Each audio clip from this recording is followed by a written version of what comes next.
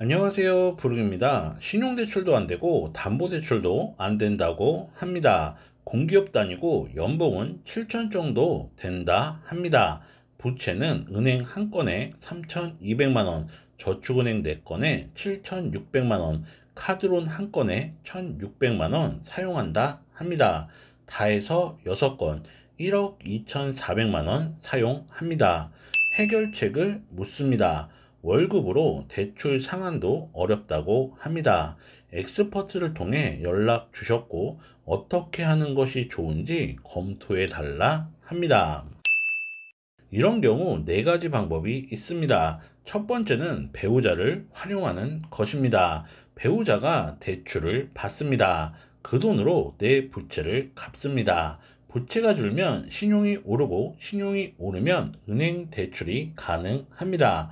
신용이 오르면 은행 대출을 받습니다. 그 돈으로 배우자가 받은 대출을 갚습니다. 하지만 배우자도 부채가 많다고 합니다. 대출을 받을 수 있는 상황이 아니라고 합니다. 두 번째 방법은 통대환을 하는 것입니다. 배우자가 아니라 통대한 업자에게 돈을 빌립니다. 그 돈으로 부채를 갚습니다. 부채가 줄면 신용이 오릅니다. 신용이 오르면 은행 대출이 가능합니다. 은행에서 대출을 받아 빌린 돈을 갚습니다. 하지만 수수료와 함께 돌려줘야 합니다. 빌린 돈의 10% 정도는 줘야 합니다.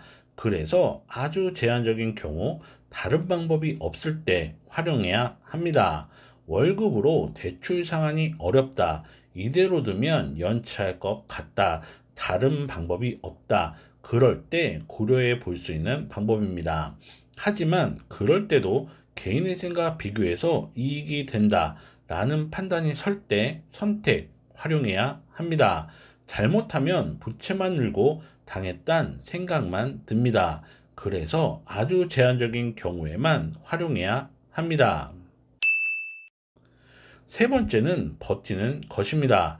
차를 팔고 저녁 약속을 잡지 않습니다.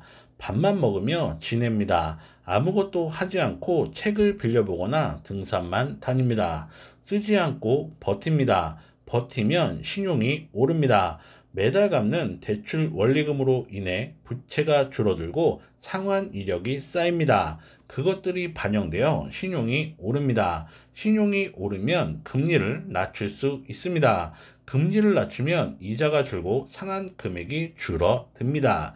하지만 원금은 없어지지 않습니다. 절약하고 아끼는 습관을 끝까지 유지해야 합니다. 이 방법을 고민한다면 동영상 설명글에 링크 달아둔 부채통합 대출 갈아타기 어떻게 하는 걸까라는 영상을 참고하시고요.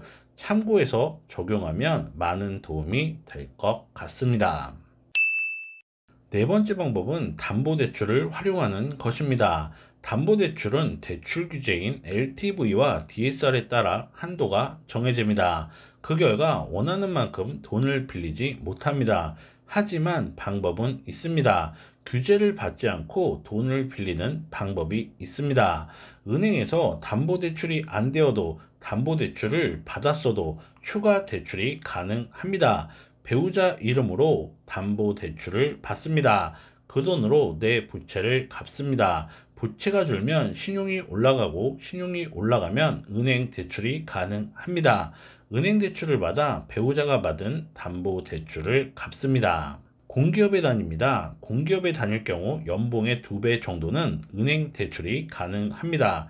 연봉이 7천일 경우 1억 4천만 원 정도는 신용으로 빌릴 수 있습니다. 그건 고객이 더 잘 압니다. 주변에 있는 회사 동료, 선후배들도 그렇게 이용합니다.